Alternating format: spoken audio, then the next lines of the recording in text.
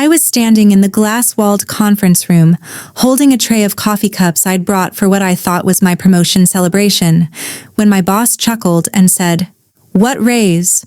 You're not getting promoted, Sophia. You're being reassigned to administrative support."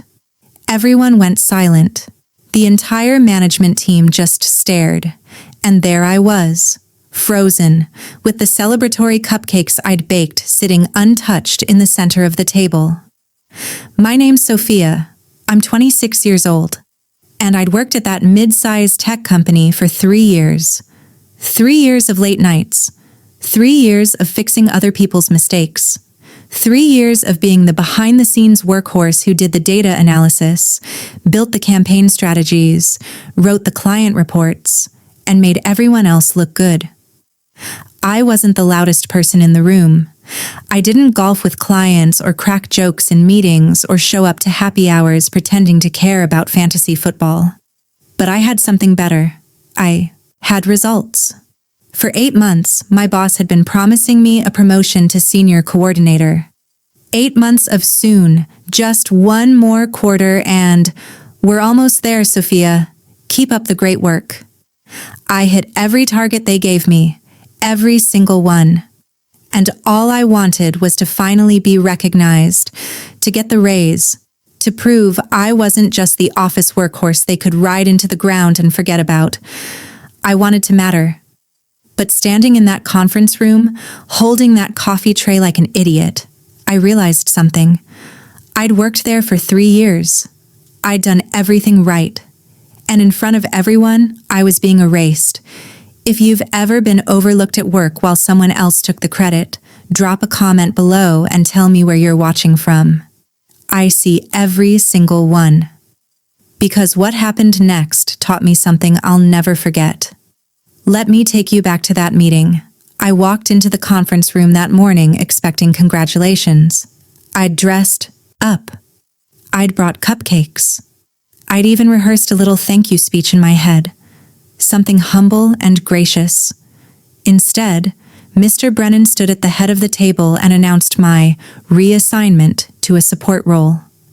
Effective immediately. And the promotion? It was going to Derek. Derek, who'd been there for 18 months. Derek, who showed up late, left early, and spent half his day schmoozing in the break room. Derek, who took credit for other people's work and called it collaboration. I felt my hands start to shake. "But you told me if I hit my Q3 targets, the position was mine." Brennan cut me off. "Targets aren't everything, Sophia. Leadership is about presence. Derek has that." Derek, sitting 2 seats down, smirked. "Thanks, man. I won't let you down." I wanted to scream. Instead, I just stood there, gripping the edge of the table, trying not to let my voice crack. Tom, one of the other coordinators, glanced at the cupcakes and laughed. "Guess these are pity cupcakes now, huh?" A few people chuckled. I felt my face burn. And then Brennan added the final blow. "You'll be supporting Derek directly. He'll need someone detail-oriented to keep him on track." I didn't say anything. I couldn't. I just nodded, set down the coffee tray, and walked out of that room with my hands shaking and my throat so tight I thought I might choke. I made it to the bathroom before the tears came. And that's when I realized something. They never intended to promote me. They just wanted to keep me useful. The next week, Derek presented my full campaign strategy to a major client. I'm not exaggerating. It was my work, my slides, my data, my exact phrasing. I was sitting in the back of the meeting room, watching him stand at the front with a laser pointer, talking about his vision for the brand's Q4 push. The client was nodding, taking notes. "This is innovative thinking," she said. "Exactly what we need." Derek didn't correct her. He just smiled. "Thanks. I'm really passionate about this space." I tried to interject, to add context, to say anything. Brennan cut me off. "Let Derek finish. You can add details later." Later never came. After the meeting, I cornered Derek in the hallway. That was my campaign. You didn't write a single slide. He shrugged. You did the groundwork. I brought it to life. That's what leaders do. You stole it. I elevated it. There's a difference. And he walked away. I stood there shaking, staring at the ugly gray carpet, wondering how I'd let this happen. 2 weeks later, we had a team lunch at a local restaurant. One of those forced bonding things where everyone orders overpriced salads and pretends to enjoy each other's company. Brennan was holding court at the head of the table, telling some story about a client negotiation. And then, mid-story, he turned to me. Sophia's great at execution, but let's be honest, she doesn't have that killer instinct. Some people are built to follow, not lead. The table went quiet. A few people laughed nervously. Derek chimed in, grinning. No shame in that. We need worker bees, right? I felt my throat tighten. I tried to laugh it off, tried to smile, tried to play along. But I couldn't. I excused myself early, mumbled something about a headache, and sat in my car in the parking lot for 20 minutes, staring at the steering wheel, trying not to cry. And that's when it hit me. I'd spent 3 years trying to belong, and all I'd done was make myself small. After that, Derek started dumping his work on me. Not even subtly. He'd send me emails with passive-aggressive little requests. Can you fix this report by 8 a.m.? Client meeting at 9. You're a lifesaver. Hey, this data doesn't make sense. Can you redo it? Thanks.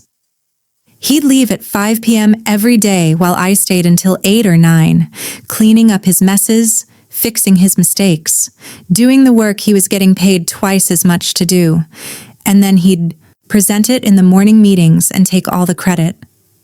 The final straw came on a Thursday night. 11 p.m. I was already in bed when my phone buzzed. It was Derek. Need this cleaned up before my presentation tomorrow. I know I can count on you.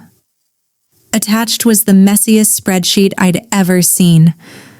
I stared at my phone, at that stupid smiley face, and something inside me just snapped. They never intended to promote me. They wanted to keep me small, useful, and silent. But what they didn't know was that I wasn't just taking it anymore.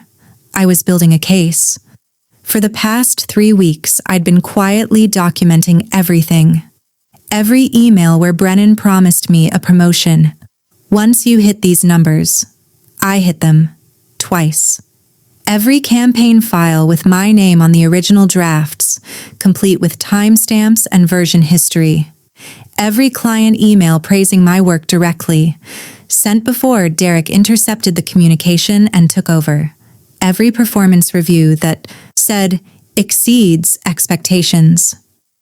I had it all, and I wasn't just collecting evidence. I was job hunting. A recruiter had reached out after seeing my LinkedIn portfolio, which I'd quietly updated in secret. She worked for a competitor firm. Bigger role, better pay, actual respect. I'd already had my first interview. It went well. Really well. My second interview was scheduled for the following week. And Jenna, one of the quieter coworkers on the team, had been texting me almost every day. You deserve better. Don't let them break you. I wasn't going to beg for scraps anymore. I was going to walk away with my head high and let them choke on their own arrogance. One afternoon, Jenna pulled me aside in the break room.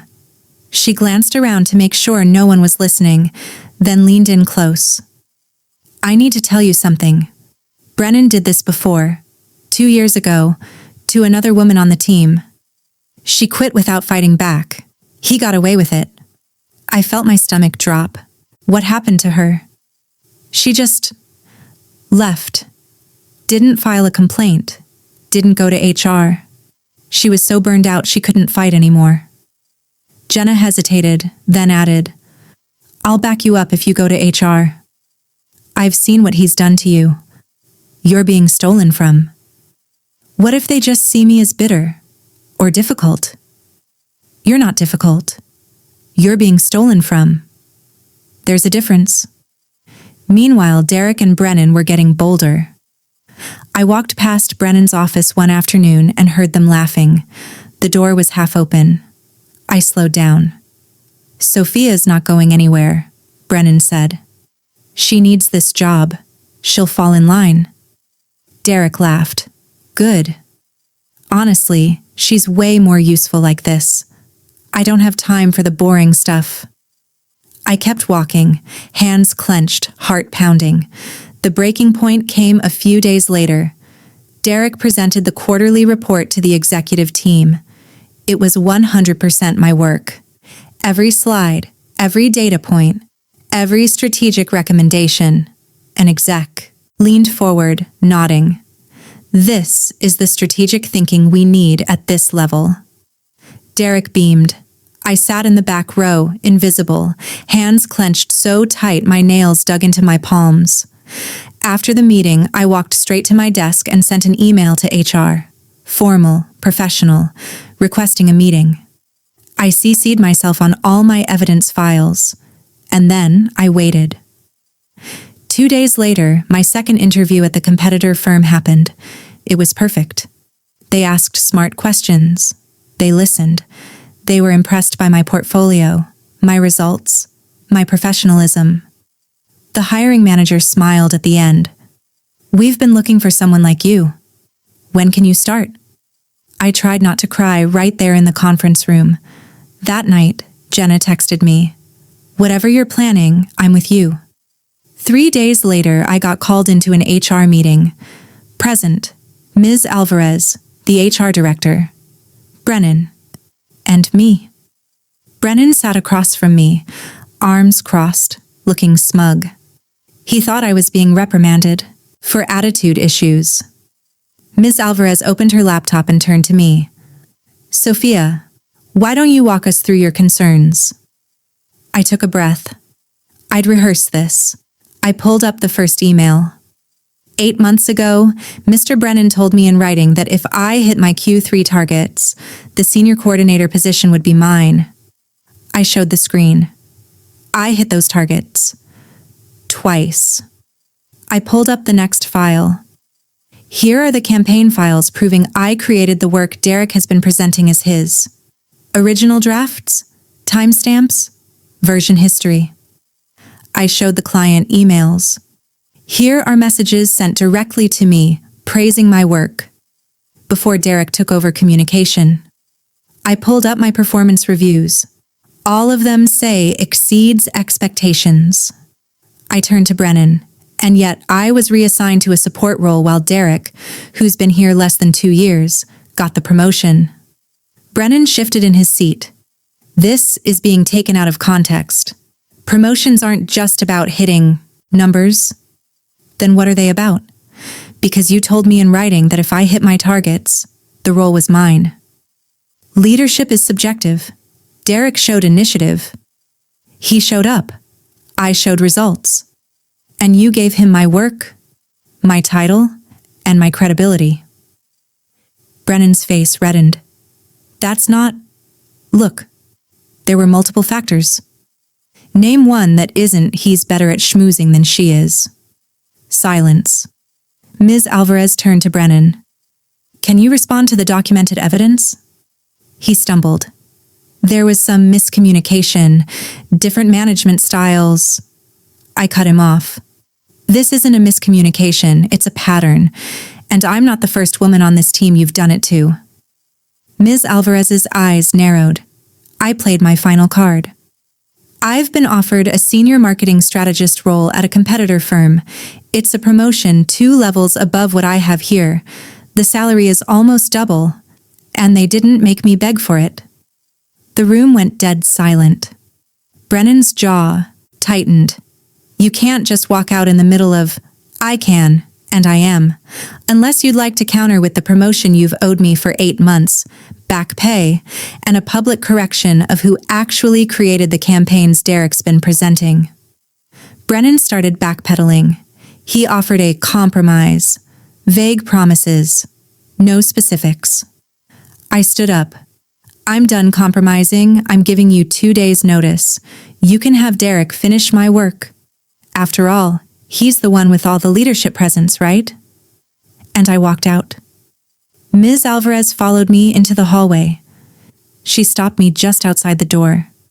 For what it's worth, she said quietly, I believe you, and this won't be ignored. I nodded, not trusting myself to speak. When I got back to my desk, Jenna was waiting. She hugged me. You're a legend. I laughed, shaky, almost crying. I'm unemployed in 2 days. No, you're free in 2 days. 3 weeks later, I walked into my new office. It was bright, clean, and filled with people who actually valued strategy over schmoozing. From day one, they treated me with respect. My ideas were heard. My work was credited. My title matched my contributions. I wasn't working 14-hour days to prop someone else up. I was just doing my job, and people appreciated it. Jenna texted me with updates. Derek's first solo campaign, without my work to steal, completely flopped. The client complained to upper management. Brennan was under internal review for leadership concerns. They tried to hire someone to replace me. 3 candidates turned them down after hearing about the work culture. I sat at my new desk, reading Jenna's texts, and smiled. I spent 3 years thinking I needed to earn their respect. That if I worked harder, stayed later, smiled through the humiliation, they'd finally see me. But they saw me the whole time. They just didn't see me as someone worth promoting. They saw me as someone worth using. The day I walked into my new office, no one asked me to prove myself. They'd already seen my work. They already knew what I was worth. And for the first time in years, I didn't feel like I had to shrink to fit. If you've ever been overlooked at work, or watched someone else get credit for what you built, I want you to know. You're not imagining it. And you're not alone. Hit subscribe and drop your story in the comments. I read every single one. Where are you watching from? Have you ever had to walk away from a job that refused to see your value? Here's what I learned. Your work speaks for itself, even when your boss won't. So keep your receipts, document everything, and know when it's time to walk. Thanks for being here. I'll see you in the next one.